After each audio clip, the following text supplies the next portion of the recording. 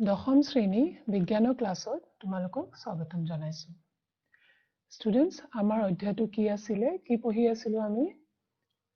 জীৱন প্ৰক্ৰিয়া গতিকে এতিয়ালৈকে আমি কি পঢ়িলো যোৱা দুই ক্লাছত আমি কি পঢ়িলো আমি জীৱন প্ৰক্ৰিয়া প্ৰথম বিষয়বস্তু কি পঢ়িছিলো পৰিপুষ্টি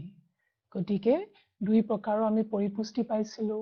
স্বপক্ষী পৰিপুষ্টি আৰু পৰপক্ষী পৰিপুষ্টি তাৰ পিছত আমি হালুক সংশ্লেষণ প্ৰক্ৰিয়া বিষয় জানিছিলো ক'ত হয় হালুক সংশ্লেষণ প্ৰক্ৰিয়া হৰিত কণাৰ বিষয় জানিছিলো হয় না নহয় গতিকে তাৰ পিছত আমি কি বুজিছিলো আৰু মানৱ ক্ষেত্ৰত পাচন প্ৰক্ৰিয়া পাচন তন্ত্ৰটো ঠিক আছে মনত আছে নে তোমালোকৰ ঠিক আছে আজি এটা আমি দ্বিতীয়টো বিষয়বস্তু পঢ়িব লাইছো জীৱন প্ৰক্ৰিয়া অধ্যায়তে দ্বিতীয়টো এতিয়া চোৱাচোন এখন কি স্কুল কেভিএম বিদ্যালয় ঠিক আছে আৰু ইয়াত কি পাতিছে বিশ্ব পৰিৱেশ দিৱস ঠিক আছে ওয়াৰ্ল্ড এনভায়ৰনমেন্ট ডে 5 জুনত পতা যায় ঠিক আছে গতিকে এতিয়া এই বিদ্যালয়খনত চোৱাচোন কি দেখিছা ষ্টুডেন্টস গছৰ পুলি লৈ আনিছে ল'ৰা ছোৱালীবোৰে এটা শিক্ষয়িত্ৰীয়ে কৈছে যিহেতু বিশ্ব পৰিৱেশ দিৱস সেইকাৰণে বিদ্যালয়ত এটো পাতিব গতিকে সবকে ছাত্ৰ ছাত্ৰীসকলক কি আনিব দিলে এটা ঘৰৰ পৰা এটা ফুলৰ বা গছৰ পুলি আনিব দিলে এতিয়া কি কৰিব তাহাঁতি এই পুলিকেইটা এতিয়া শিক্ষয়িত্ৰীয়ে তাহাঁতক ৰুব দিছে ঠিক আছে এতিয়া চাওচোন কেনেকৈ ৰুব তাহাঁতি দেখিছানে কি কৰি আছে মাটি খান্দিছে তাৰ পিছত তাত এই পুলিটো দি দিছে এতিয়া কি কৰিব তাৰ পিছত শিক্ষয়িত্ৰীয়ে কি কৈছে শিপাত পানী দিবলৈ দিছে ঠিক আছে এতিয়া ছাত্ৰয়ে প্ৰশ্ন সুধিছে মনত প্ৰশ্ন উঠিছে যে বাইদেউ কেৱল শিপাত পানী কিয় দিব লাগে গতিকে তাৰ মনত এটো প্ৰশ্ন উঠিছে আমি পাতটো দিব পাৰো বা কাণ্ডত দিব পাৰো কিন্তু বাইদেৱে শিপাত কিয় দিব কৈছে গতিকে এতিয়া কি ক'ব শিক্ষয়িত্ৰীয়ে চোৱাচোন শিক্ষয়িত্ৰীয়ে কৈছে কাৰণ কিয় শিপাত দিব লাগে কাৰণ শিপায়ে পানীখিনি মাটিৰ পৰা পানীখিনি শোষণ কৰিব আৰু উদ্ভিদৰ বিভিন্ন অংগসমূহলৈ বিতৰণ কৰিব ঠিক আছে আৰু তাৰ পিছত শিক্ষয়িত্ৰীয়ে এও কৈছে যে গৱেষণাগাৰত তেওঁ আৰু ভালদৰে এই প্ৰক্ৰিয়াটো বুজাব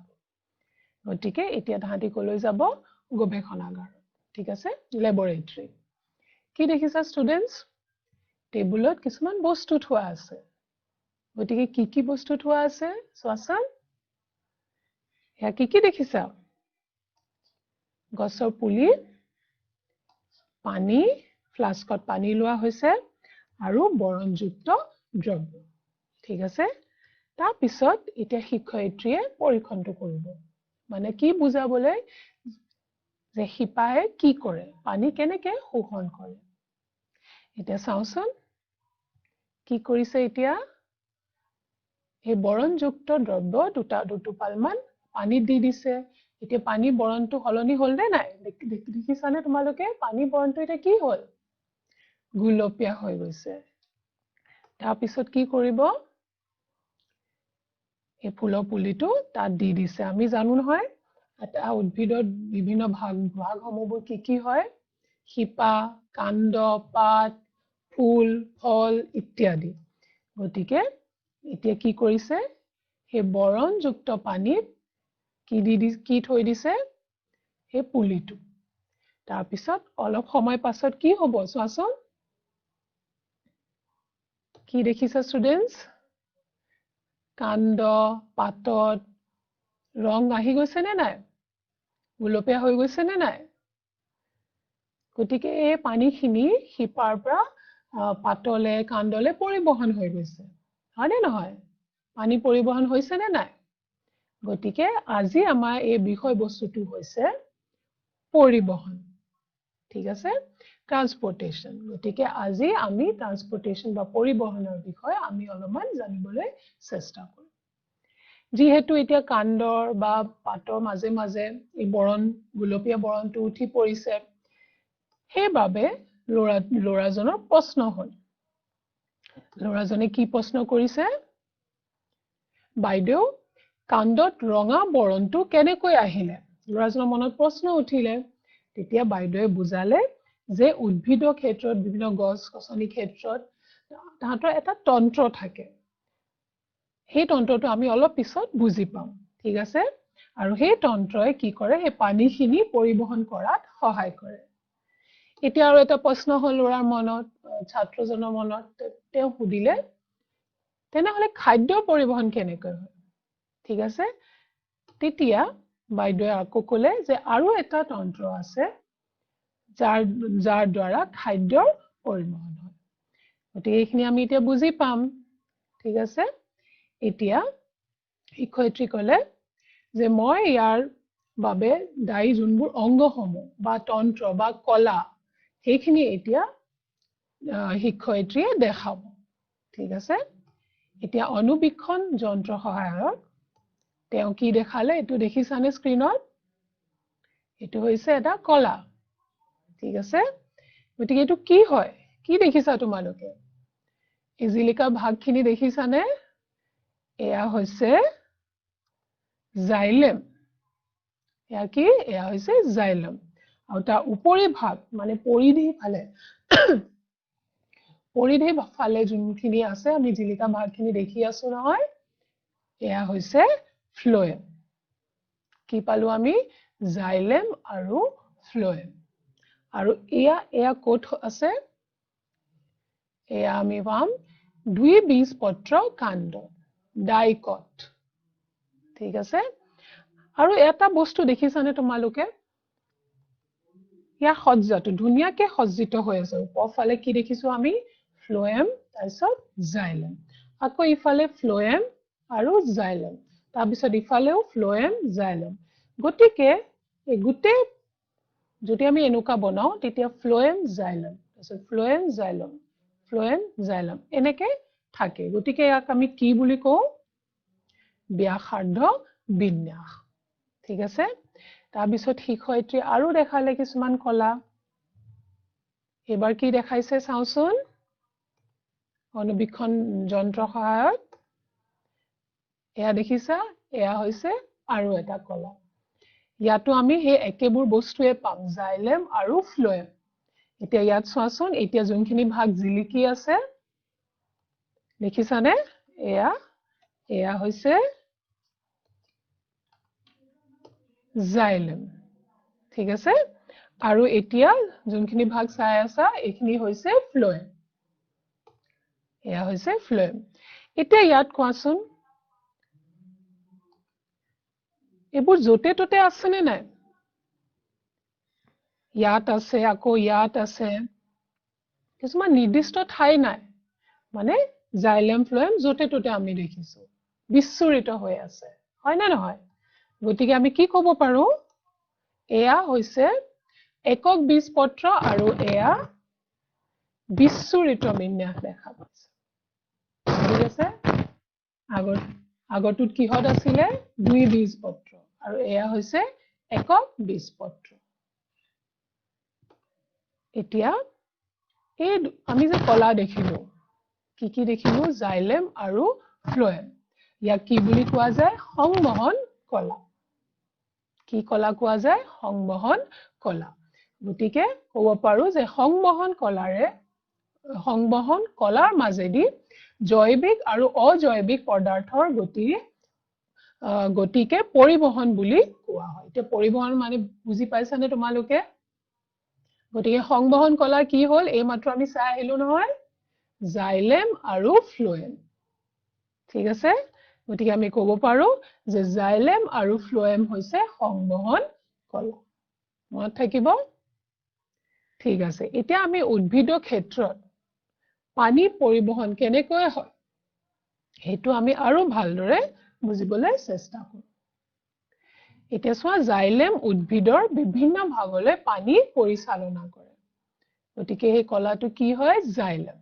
এতিয়া চোৱাচোন ষ্টুডেন্টস ইয়াত আমি কি দেখিছো উদ্ভিদ কি হৈ আছে উদ্ভিদৰ পানী পৰিবহন হৈ আছে শিপাৰ পৰা পানীখিনি ওপৰলৈ গৈ আছে কিন্তু তোমালোকে ভাবাচোন এই উখ গছজোপা ইয়াত কেনেকৈ পানী ওপৰলৈ গৈ পাবগে ভাবাচোন অলপমান এতিয়া যেতিয়া তোমালোকে এটা শিলগুটি যেতিয়া ওপৰলৈ দলিয়াই দিয়া তে শিলগুটিটো আকৌ তললৈ আহি পৰে নে নপৰে নিশ্চয় পৰে গতিকে কি হ'ব লাগিছিলে যে পানীখিনি হিপাৰ পৰা শোষণ হৈছে আৰু ওপৰলৈ উখ গছত উঠি উঠি গৈ আছে কিন্তু পৰি যাব লাগিছিলে আকৌ তললৈ কিন্তু এনেকুৱা হয় জানো নহয় নহয় পানীখিনিটো গৈ পায় ওপৰটো গতিকে কথাটো কি আছে বুজিবলৈ অলপমান চেষ্টা কৰোঁ ঠিক আছে আৰু এটা পৰিস্থিতি চাওঁচোন যদি অলপমান বুজিব পাৰা ইয়াত কি দেখিছা তোমালোকে কুৱাৰ পৰা পানী উঠাই আছে ঠিক আছে বালটিয়েদি পানী উঠাই আছে কিন্তু কেনেকৈ উঠাব পাৰিম ইয়াত ওপৰত কিবা দেখিছানে ইয়াত আমি কিবা বল দিব লাগিবনে টানিলেহে আমি পানী উঠাব পাৰিম গতিকে ওপৰত কিবা এটা হৈ আছে কিবা এটা আমি বল দি আছো আৰু সেইবাবেহে তলৰ পৰা পানীখিনি ওপৰলৈ আহিব হয়নে নহয় কথাটো অলপ ভাবিব পাৰিছানে ঠিক তেনেদৰে এতিয়া চোৱাচোন কি হৈছে এয়া টানিছে ওপৰৰ পৰা আৰু তাৰ বাবে পানীখিনি ওপৰলৈ আহিব পাৰিছে এতিয়া ইয়াত চোৱাচোন কি দেখিছা উদ্ভিদৰ ক্ষেত্ৰত সূৰ্যৰ ৰশ্মি পৰিছে ইয়াত ঠিক আছে সূৰ্যৰ ৰশ্মি ইয়াত পৰিছে আৰু পানীখিনি ওপৰলৈ গৈ আছে গতিকে ইয়াত বাৰু কি হৈছে যে ওপৰত কিবা এটা হৈছে ইয়াত কিবা এটা হোৱাৰ কাৰণে সূৰ্যৰ ৰশ্মিৰ কাৰণে পানীখিনি ওপৰলৈ গৈ আছে গতিকে সেই প্ৰক্ৰিয়াটো আমি অলপমান ভালদৰে জানিবলৈ চেষ্টা কৰোঁ ঠিক আছে গতিকে আহাচোন চাওঁ ল'ৰাজনে কি কৰিছে ল'ৰাজনৰ ওচৰত এটা ফুলৰ পুলি আছে তাৰপিছত ঠুঙা এটা দেখিছা আৰু ৰুচি এটা আৰু সূৰ্যৰ ৰশ্মি উপস্থিত তেওঁ কি কৰিছে দেখিছানে তোমালোকে ঠুঙা দি ঢাকি দিছে তাৰপিছত বান্ধি পেলাই অলপ সময় পাছত কি হ'ব চোৱাচোন ভালদৰে চোৱা কি দেখিছা তোমালোকে কিছুমান পানী টোপাল দেখিছানে ঠুঙাটো ভিতৰ ফালে গতিকে এই প্ৰক্ৰিয়াটো হৈছে পত্ৰমোচন গতিকে পত্ৰমোচন কি হয় চাওঁচোন উদ্ভিদে শোষণ কৰা অতিৰিক্ত পানী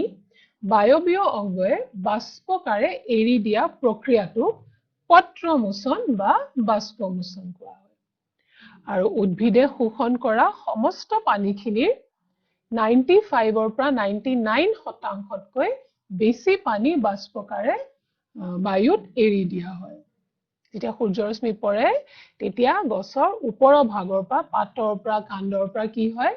পানীখিনি বায়ুত এৰি দিয়া হয় ঠিক আছে হেতুৱে হৈছে পত্ৰমোচন বা বাষ্পমোচন তেতিয়াহলে কি হ'ল তেতিয়াহলে পত্ৰমোচনৰ কাৰণে পানীখিনি কেনেকৈ ওপৰলৈ যায় এইখিনি অকণ জানিবলগীয়া কথা এতিয়া ষ্টুডেন্টছ চোৱাচোন পানীখিনি ইয়াৰ পৰা গৈ আছে হয়নে ইয়াত এইখিনিত কি আছে কিছুমান কোষ আছে হয়নে যদি আমি ভাবো ওপৰ ফালে কিছুমান কোষ আছে হয়নে নহয় ইয়াৰ পৰা পানীখিনি পত্ৰমোচনৰ যোগেদি বায়ুমণ্ডলত গৈ আছে এতিয়া এইখিনি ঠাই খালী হৈ যাব গতিকে এই ঠাইখিনি পূৰণ কৰিবৰ কাৰণে তলৰ পৰা ওপৰলৈ পানী যাব হয়নে নহয়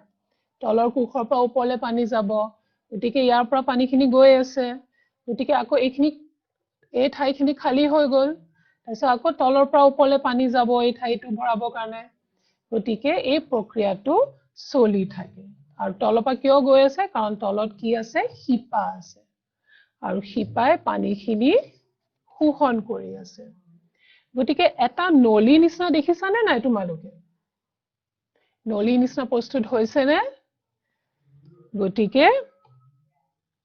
ওখ গছবোৰত এইটো প্ৰক্ৰিয়া হয় ইয়া চোৱাচোন এইটো হৈছে ফ্লোএম জাইলেম আৰু জাইলেমৰ এটা নলী নিচিনা প্ৰস্তুত হৈছে যাৰ দ্বাৰা পানীখিনি ওখ গছৰ ওপৰৰ ভাগত গৈ পায়গে ঠিক আছে ধৰিব পাৰিছা তোমালোকে এতিয়া চোৱা অৱস্থিতিত ভিত্তিত পত্ৰমোচন তিনি প্ৰকাৰৰ ঠিক আছে এটা হৈছে কিউটিকুলাৰ, এটা হৈছে লেন্টিকুলাৰ আৰু এটা হৈছে পত্ৰৰন্ধ্ৰ। কিউটিকুলাৰ মানে পাতৰ উপৰি ভাগ, যেতিয়া উপৰি ভাগৰ পৰা পত্ৰমোচন হয় হেতুক আমি কিউটিকুলাৰ পত্ৰমোচন বা কিউটিকুলাৰ বাষ্পমোচন বুলি কওঁ। তাৰ পিছত ইয়া কি দেখিছো লেন্টিকুলাৰ মানে গা গছত যোনবোৰ দাঁত ছালত কি থাকে কিছুমান ছিদ্ৰ থাকে আৰু তাত কি বুলি কোৱা হয় লেন্টিসেলস, যাৰ দ্বাৰা পত্ৰমোচন হয়। ঠিক আছে, গতিকে আৰু তৃতীয়টো হৈছে পত্ৰৰন্ধ্ৰক পত্ৰমোচন বা বাষ্পমোচন। গতিকে ইয়াত কি থাকে পত্ৰৰন্ধ্ৰ ষ্টমেটা, যেতিয়া ষ্টমেটাৰ পৰা বা পত্ৰৰন্ধ্ৰৰ পৰা বাষ্পমোচন বা পত্ৰমোচন হ'ব তাক আমি কি বুলি কওঁ পত্ৰৰন্ধ্ৰ বাষ্পমোচন। ঠিক আছে, মনত থাকিব তোমালোকৰ। আগবাঢ়ি যাওঁ ষ্টুডেন্টস। এতিয়া চাওঁ আহাৰৰ পৰিবহন। এতিয়া আমি গম পালো পানীৰ পৰিবহন কেনেকৈ হয় জাইলেমৰ দ্বাৰা। এতিয়া চাওঁ আহাৰৰ পৰিবহন। গতিকে মই কৈছিলো এই পৰিধি ফালে আমি কি ভাগ দেখিছো ফ্লোয়েম। ঠিক আছে, এতিয়া ফ্লোয়েমে কি কৰে সেইখিনি আমি অলপ জানিম। এতিয়া চোৱাচোন এটা আমি পৰীক্ষণ কৰিম। ঠিক আছে, এয়া চোৱাচোন কি দেখিছা তোমালোকে গা গছৰ এই বাহিৰৰ ভাগটো অলপমান মাজতে অলপমান কাটি দিয়া হৈছে, গোটেইখিনি কটা নাই, খালি বাহিৰৰ ভাগটো যোনখিনি ফ্লোয়েম থাকে এই বাহিৰৰ ভাগটোত কি থাকে ফ্লোয়েম। ঠিক আছে, সেইখিনি অলপমান কাটি দিয়া হৈছে। তাৰপিছত কিছু সপ্তাহ পাছত আমি কি দেখিম চোৱাচোন, এই ভাগটো ফুলি গৈছে নে, তাত কি জমা হৈছে খাদ্য জমা হৈছে। গতিকে এতিয়া আমি ধৰিব পাইছো নে যে ফ্লোয়েমে খাদ্যৰ পৰিবহনত সহায় কৰে, যেহেতু পাতৰ পৰা খাদ্য তললৈ আহি আছে হয় নে নহয়, আৰু ইয়াত যেহেতু কাটি দিছো আমি ফ্লোয়েম ভাগটো তাত গৈ জমা হৈ গৈছে, তললৈ আহিব পৰা নাই। ঠিক আছে, গতিকে এই পৰীক্ষণটোৰ নামটো কি হৈছে বলয় পৰীক্ষণ, আৰু এই পৰীক্ষণে প্ৰমাণ কৰে যে ফ্লোয়েম আহাৰৰ সংবহন কলা হয়। ঠিক আছে, মনত থাকিব তোমালোকৰ। এতিয়া আমি দুইটাৰ মাজত পাৰ্থক্যটো চাওঁ জাইলেম আৰু ফ্লোয়েমৰ মাজত। গতিকে জাইলেমৰ অধিকতৰ কলাবোৰ মৃত থাকে আৰু ফ্লোয়েমত জীৱিত কলা বেছিভাগে। তাৰপিছত জাইলেম ই পানী আৰু খনিজ পদাৰ্থৰ পৰিবহন কৰে আৰু ফ্লোয়েমে ই আহাৰৰ বা আৰু জৈৱিক পদাৰ্থৰ পৰিবহন কৰে। তাৰপিছত অনুপ্ৰবাহ এটা দিশত, জাইলেম যিহেতু শিপাই পানী শোষণ কৰে গতিকে ওপৰলৈ গৈ থাকে, সেইটো এটা দিশত হয়, কিন্তু ফ্লোয়েমত খাদ্যৰ প্ৰবাহটো দুই ফালে হয়, ওপৰলৈ আৰু তললৈ দুই দিশত হয়। ঠিক আছে, দুটা দিশতে হয়।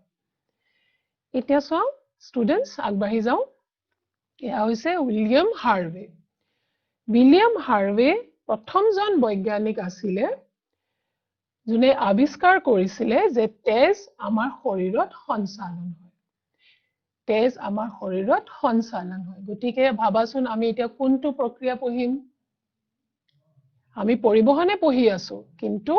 এতিয়া আমি মানুহৰ ক্ষেত্ৰত এই ৰক্ত সঞ্চালন প্ৰক্ৰিয়াটো পঢ়িম। ঠিক আছে, আমি উদ্ভিদৰ ক্ষেত্ৰত পৰিবহনটো পঢ়িলো, এতিয়া মানুহৰ ক্ষেত্ৰত এই ৰক্ত সঞ্চালন ৰক্ত পৰিবহনটো আমি এতিয়া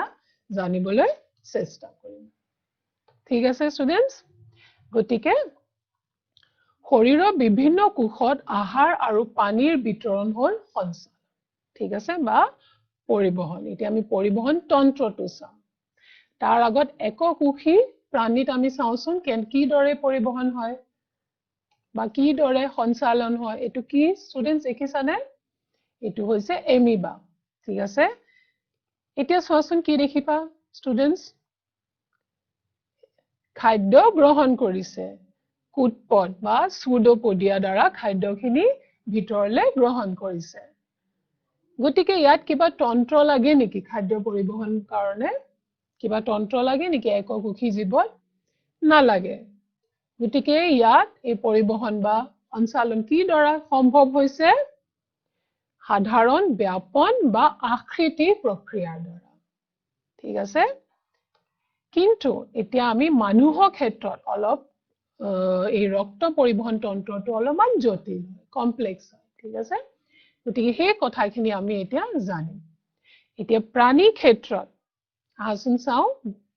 ৰক্ত পৰিবহন তন্ত্ৰৰ ভাগসমূহখিনি আমি চাও প্ৰথম আৱশ্যকীয় ভাগটো হৈছে ৰক্ত বা তেজ আমি জানোৱে তাৰ পিছত ৰক্ত কিহত প্ৰবাহ হ'ব ৰক্ত নলিকা আৰু হৃদ যন্ত্ৰ এতিয়া মানুহৰ পৰিবহন তন্ত্ৰটো বন্ধ প্ৰকৃতিৰ মানে মানুহৰ ক্ষেত্ৰত জীৱ-জন্তু মানুহৰ ক্ষেত্ৰত তেজ বা ৰক্ত কিহত নলিকা ভিতৰত প্ৰবাহ কৰে বাহিৰত প্ৰবাহ কিন্তু কিছুমান জীৱ-জন্তুৰ ক্ষেত্ৰত বডি কেভিটি বা শৰীৰত নলিকা নোহোৱাকে ৰক্তখিনি প্ৰবাহ কৰে কিন্তু মানুহৰ ক্ষেত্ৰত নলিকা ভিতৰত ৰক্ত প্ৰবাহ কৰে ঠিক আছে আৰু সেইবাবে ইয়াক বন্ধ প্ৰকৃতিৰ বুলি কোৱা যায় আগবাঢ়ি যাওঁ ষ্টুডেন্টস এতিয়া ৰক্তৰ বিষয়ে অলপমান জানিবলৈ চেষ্টা কৰোঁ ই এবিধ তৰল সংযোজন কলা আৰু দেহৰ মুঠ ওজনৰ 6 পৰা 8% গঠন কৰে তেজে আৰু তেজ এবিধ পৰিবাহিত মাধ্যম এটো আমি জানিছো অলপ আগত পঢ়ি আহিছো আৰু কি পৰিবহন কৰে পোষক দ্ৰব্য আৱশ্যকীয় গেছ আৰু বিপাকীয় আৱৰ্জনা সমূহ এতিয়া আমি আগবাঢ়ি যাওঁ ষ্টুডেন্টস এতিয়া কি দেখিছা তেজৰ ভাগসমূহ গতিকে ইয়াত কি আছে বিশেষকৈ দুটা ভাগ ইয়াত আছে প্লাজমা আৰু ৰক্ত কোষ ঠিক আছে বিশেষকৈ দুটা ভাগ থাকে গতিকে তেজত প্লাজমা আৰু ৰক্ত কোষ থাকে বিভিন্ন ৰক্ত কোষ থাকে আৰু প্লাজমাটো কি প্লাজমাটো তৰল ভাগ হয় প্লাজমা এবিধ পাতল হালধীয়া বৰণৰ তৰল আৰু ই তেজৰ মই যিহেতু কৈছো তেজৰ তৰল ভাগ এতিয়া আমি ৰক্ত কোষবোৰ চাও বিশেষকৈ 3 প্ৰকাৰৰ ৰক্ত কোষ থাকে দেখিছা তোমালোকে আৰবিসি লোহিত ৰক্ত কোষ বা কণিকা শ্বেত ৰক্ত কোষ বা কণিকা আৰু অনুচক্ৰিকা এতিয়া আমি আৰবিসি চাও লোহিত ৰক্ত কোষ লোহিত ৰক্ত কোষক কি বুলি কোৱা যায় আৰবিসি যেটো আমি জানোৱে পঢ়ি আহিছো তাৰ পিছত এইটো কোষ কেন্দ্ৰ বিহীন মানে ইয়াত কোষ কেন্দ্ৰ নাথাকে তাৰ ঠাইত ইয়াত কি থাকে হিমোগ্লোবিন আৰু হিমোগ্লোবিনৰ কাম কি ই অক্সিজেনক ধৰি ৰাখে আৰু অক্সিজেনৰ গুৰুত্বটো আমি জানোৱে ঠিক আছে গতিকে ইয়াত কোষ কেন্দ্ৰ নাথাকে দ্বিতীয়টো চাও শ্বেত ৰক্ত কণিকা বা কোষ এতিয়া ইয়াত চোৱাচোন নিউক্লিয়াছটো বৃহৎ হয় নে নহয় গতিকে ইয়াত নিউক্লিয়াছ থাকে যোনটো বৃহৎ আকাৰৰ হয় আৰু ইয়াৰ কাৰ্যটো বিশেষ কাৰ্যটো কি প্ৰতিৰক্ষণ কৰে শৰীৰৰ পৰৱৰ্তী ক্লাছত তোমালোকে বুজি পাবা কি দৰে প্ৰতিৰক্ষণ কৰে বেমাৰৰ পৰা ৰক্ষা কৰে আৰু তৃতীয়টো কোনটো আছিলে প্ৰথমটো লোহিত ৰক্ত কোষ দ্বিতীয়টো শ্বেত ৰক্ত কোষ আৰু তৃতীয়টো অনুচক্ৰিকা বা প্লেটলেটস এতিয়া চোৱাচোন কি দেখিছা কিছুমান টুকুৰা দৰে দেখিছানে গতিকে বৃহৎ কোষৰ টুকুৰা নিচিনা আকাৰক আমি কি বুলি কওঁ অনুচক্ৰিকা কি বুলি কওঁ অনুচক্ৰিকা ঠিক আছে মনত থাকিব এতিয়া চোৱাচোন ই কি হয় অনুচক্ৰিকা সমূহে সৰু ফাইব্ৰিনোজেন আহৰ প্ৰস্তুত কৰে যি এক জালৰ সৃষ্টি কৰে কি হয় সৃষ্টি কৰে এক জালৰ কোষৰ লগত মিলি পেলে ই এক জালৰ সৃষ্টি কৰে চোৱাচোন কেনেকুৱা লাগে জালটো দেখাত কেনেকুৱা এতিয়া তোমালোকৰ যেতিয়া হাত সাত যেতিয়া কাটে তেতিয়া অলপ পাছত কি দেখা তোমালোকে কিবা কোলা বৰণ এটা দেখা পোৱা নে গতিকে এটো কিহৰ কাৰণে হয় অনুজ চক্ৰিকা যোনটো জাল সৃষ্টি কৰে বিভিন্ন মৃত কোষৰ লগত মিলি পেলে বা ফাইব্ৰিনোজেন সেইবোৰ মিলি পেলে এটা জালৰ সৃষ্টি কৰে আৰু সেইবাবে আমাৰ তেজটো বৈ যোৱা বন্ধ হৈ যায় এই দেখিছানে জালটো বুজি পাইছা ঠিক আছে এতিয়া চাও ৰক্ত নলিকা ৰক্তটো ক'ত প্ৰবাহ হ'ব ৰক্তটো ৰক্ত নলিকাত প্ৰবাহ হ'ব গতিকে এতিয়া ৰক্ত নলিকা আমি চাম আমি বুজিবলৈ চেষ্টা কৰিম ঠিক আছে ইয়াত থাকে ধমনী মানে আৰ্টাৰি দ্বিতীয়টো শিৰা মানে ভেইন তাৰপিছত ৰক্ত জালিকা মানে ক্যাপিলাৰিজ গতিকে এটা এটাকে চাও আমি ধমনী প্ৰথমটো হৈছে ধমনী ধমনীয়ে হৃদযন্ত্ৰৰ পৰা তেজ কঢ়িয়াই নিয়ে বাহিৰলৈ লৈ যায় হৃদযন্ত্ৰৰ পৰা তেজখিনি বাহিৰলৈ লৈ যায় আৰ্টাৰি এটা চোৱাচোন বেৰখন অলপমান ডাঠ হয় কাৰণ যেতিয়া হৃদযন্ত্ৰৰ পৰা তেজখিনি বাহিৰলৈ যায় হৃদযন্ত্ৰটো এটা পাম্পৰ নিচিনা গতিকে যেতিয়া তেজখিনি বাহিৰলৈ যাব এটা ফোৰ্সত যাব ঠিক আছে আৰু সেইবাবে আমাৰ আৰ্টাৰিবোৰ ধমনীবোৰ অলপমান ডাঠ ঠিক আছে যাতে ফাটি নাযায় তাৰপিছত ধমনীয়ে অক্সিজেন যুক্ত তেজ কঢ়িয়াই নিয়ে কিন্তু ক্লোম ধমনীয়ে বা পালমোনাৰী ধমনীয়ে অশুদ্ধ তেজ কঢ়িয়াই নিয়ে অশুদ্ধ মানে য'ত কাৰ্বন ডাই অক্সাইড থাকে ঠিক আছে এতিয়া চাও শিৰা বা ভেইন তেজ দেহৰ পৰা হৃদয়লৈ উভতাই নিয়ে মানে আমাৰ বিভিন্ন দেহৰ আমাৰ কোষ বা কলাসমূহৰ পৰা তেজটো হৃদয়লৈ উভতাই নিয়ে এতিয়া দেখিছা আকাৰটো কেনেকুৱা পাতল পেশী আৰু স্থিতিস্থাপক আহেৰে গঠিত আৰু ইয়াত কি থাকে ভেইনত বা শিৰাত কপাট থাকে কি থাকে কপাট আৰু তাৰ কপাটৰ কাৰ্য বা ভাল্ভ আৰু তাৰ কাৰ্যটো কি তেজটো উভতি যোৱাত বাধা দিয়ে ঠিক আছে শিৰাই অশুদ্ধ তেজ কঢ়িয়াই নিয়ে অশুদ্ধ মানে য'ত কাৰ্বন ডাই অক্সাইড থাকে কিন্তু ক্লোম শিৰা বা পালমোনাৰী শিৰাই বিশুদ্ধ তেজ কঢ়িয়াই নিয়ে য'ত অক্সিজেন থাকে মনত থাকিব এই কথাখিনি এতিয়া ৰক্তজালিকা চাও ৰক্তজালিকাৰ বিশেষ কাম কি শিৰা আৰু ধমনীক সংযোজন কৰে ঠিক আছে এতিয়া ষ্টুডেন্টস আমি এতিয়া হৃদযন্ত্ৰৰ বিষয়ে আমি জানিবলৈ চেষ্টা কৰিম মুখ্য ভাগ আমাৰ পৰিবহন তন্ত্ৰ সবতকৈ মুখ্য ভাগটো হৈছে হৃদযন্ত্ৰ ইয়াৰ অৱস্থিতি লোকেশন গতিকে হৃদয় হৈছে ফুফুলা অংগ বুকুৰ গহ্বৰত দুখন হাওফাওৰ মাজত অৱস্থিত ঠিক আছে আৰু ই কামি হাড়ৰ দ্বাৰা সুৰক্ষিত হৈ থাকে কোনটো হাড়ৰ দ্বাৰা কামি হাড়ৰ দ্বাৰা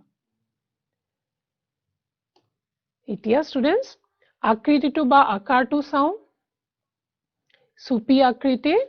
আৰু তোমালোকৰ মুঠি যিমান সিমানে হ'ব হৃদয়ৰ আকাৰ তোমালোকৰ হৃদয়ৰ আকাৰ ঠিক আছে এতিয়া হৃদপিণ্ডৰ পেশীৰ দ্বাৰা গঠিত বুজি পাইছা তোমালোকে এতিয়া কোঠালি সমূহখিনি আমি জানিবলৈ চেষ্টা কৰো মানুহৰ ক্ষেত্ৰত 4টা কোঠালি থাকে গতিকে যদি তুমি এনেকে ধৰা যদি এটো 4 ভাগ কৰি দিয়া ঠিক আছে গতিকে এটো এটা ভাগ এটো এটা ভাগ এটো এটা ভাগ আৰু এটো এটা ভাগ ঠিক আছে 4টা ভাগ আৰু এই ফালৰ ভাগটো সু ভাগ বুলি কোৱা যায় ৰাইট সাইড আৰু এই ফালৰ ভাগটো বাওঁ ফাল ঠিক আছে এটো সু আৰু এটো বাওঁ ভাগ আৰু এই ওপৰৰ ভাগটো এই দুটা ভাগ এটো যে মই দেখাইছো এটো ইয়াক কি বুলি কওঁ অলিন্দ আৰু তলৰ ভাগটো হৈছে নিলয় গতিকে এটো হ'ব এই ভাগটো হ'ব মানে এই ভিতৰটো এই ভাগটো হ'ব সু অলিন্দ এই ভাগটো হ'ব সু নিলয় এটো হ'ব বাওঁ অলিন্দ আৰু এটো হ'ব বাওঁ নিলয় ঠিক আছে গতিকে এটো হৈছে চাৰিটা ভাগ এতিয়া আমি কিছুমান কপাত থাকে এতিয়া চোৱাচোন সু অলিন্দ আৰু সু নিলয়ৰ মাজত এইখিনিতে এটা কপাত থাকে যাক আমি ট্ৰাইকাস্পিড বুলি কওঁ আৰু বাও অলিন্দ আৰু বাও নিলয়ৰ মাজত ইয়াত এটা কপাত থাকে যাক আমি বাইকাস্পিড বুলি কওঁ আৰু কপাতৰ কাৰ্যবোৰ কি হয় তেজটো উভতাই নিয়াত বাধা দিয়ে ঠিক আছে এটা ডাইৰেকশনতে তেজখিনি প্ৰবাহ কৰে তাৰপিছত হৃদযন্ত্ৰৰ কপাত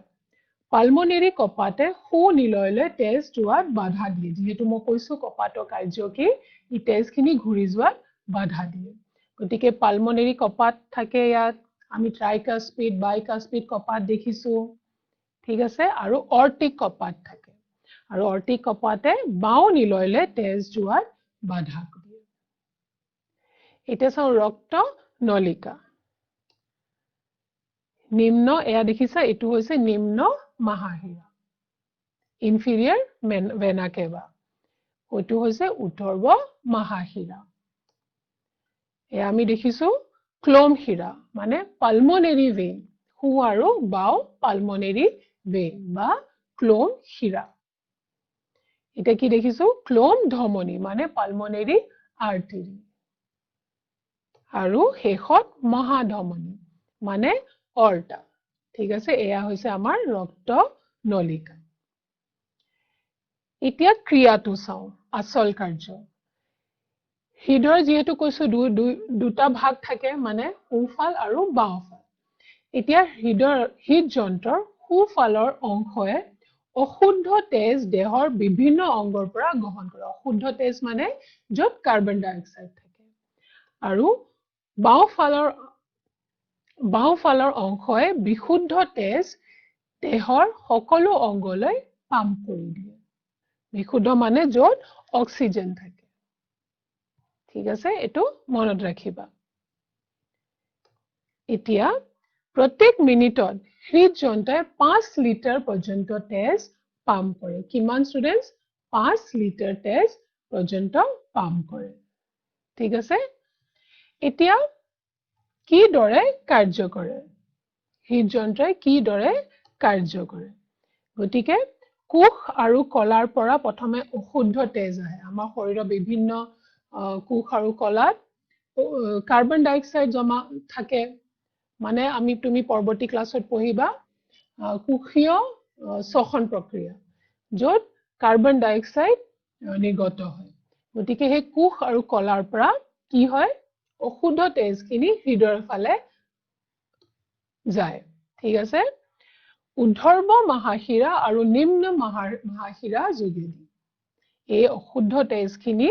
ঊৰ্ধ্ব মহাশিৰা আৰু নিম্ন মহাশিৰা যোগেদি হৃদযন্ত্ৰত সোমায় কোনফালে সোমাব সু অলিন্দ তাৰপিছত এতিয়া মই কৈছিলো কাস্পিড ট্ৰাইকাস্পিড বাল্ব থাকে ট্ৰাইকাস্পিড কপাত থাকে সু অলিন্দ আৰু সু নিলয়ৰ মাজত গতিকে এই কপাত মানে এটা দুৱাৰ নিচিনা হয় এতিয়া এই তেজখিনি এই কপাতেদি পাৰ হৈ পেলাই ট্ৰাইকাস্পিড কপাতেদি পাৰ হৈ পেলাই ক'ত যাব সু নিলয়লৈ সোমাব তাৰপিছত অলপ পিছত মই তোমালোকক আৰু ভালদৰে বুজাই দিম এই প্ৰক্ৰিয়াটো এতিয়া পালমোনাৰী অৰ্ধচান্দ্ৰ কপাতৰ পৰা ক্লোম ধমনীলে এই তেজখিনি যাব এটো এটা কপাত হয় তাৰ পৰা পালমোনাৰী আৰ্টাৰীলে এই তেজখিনি যাব আৰু এই পালমোনাৰী আৰ্টাৰীয়ে তেজখিনি বা ক্লোম ধমনী তেজখিনি কলৈ লৈ যাব হাওঁফাওঁ আৰু হাওঁফাওত কি হ'ব গেছৰ বিনিময় হ'ব হাওঁফাওত যেহেতু বায়ুকোপ আছে এলভিওলাই আছে তাত কি আছে অক্সিজেন আছে আৰু এই তেজে অক্সিজেনখিনি গ্ৰহণ কৰিব আৰু কাৰ্বন ডাই অক্সাইড এৰি দিব আগতে আমাৰ তেজটো বিশুদ্ধ আছিল অশুদ্ধ আছিল যেহেতু কাৰ্বন ডাই অক্সাইড আছিল এতিয়া তেজটো বিশুদ্ধ হ'ব এতিয়া তেজত অক্সিজেন আহি গৈছে ঠিক আছে এতিয়া ক্লোম শিৰাই এই বিশুদ্ধ তেজখিনি বাও অলিন্দলৈ লৈ আনিব হৃদযন্ত্ৰৰ বাও অলিন্দলৈ লৈ আনিব আৰু তাৰ পিছত বাইকাস্পিড কপাতটো খুল খাই যাব আৰু তাৰ পৰা বাও অলিণ্ডৰ পৰা বাও নিলয়লে সেই তেজখিনি গুচি যাব এতিয়া হৃদয়তে আছে তেজখিনি এতিয়া হৃদযন্ত্ৰৰ পৰা সেই তেজখিনি এতিয়া কলে যাব অৰ্টিক অৰ্ধচান্দ্ৰ কপাটৰ ফালেদি ক'ত যাব মহাধমনীয়ে প্ৰথমে তেজখিনি ল'ব আৰু তাৰ দ্বাৰা দেহৰ অংগসমূহ আৰু কোষবোৰলৈ প্ৰেৰণ কৰি দিব ঠিক আছে এতিয়া গম পালানে কোষ আৰু বিভিন্ন কলাসমূহত বিশুদ্ধ তেজ কেনেকৈ গৈ পায় ঠিক আছে আৰু তাত কোষত যেতিয়া গৈ পাব তেজখিনি তাত আকৌ গেছৰ বিনিময় হ'ব তাৰ পৰা তাত অক্সিজেন এৰি দিয়া হ'ব যিহেতু বিশুদ্ধ তেজ গৈ আছে তাত অক্সিজেন এৰি দিয়া হ'ব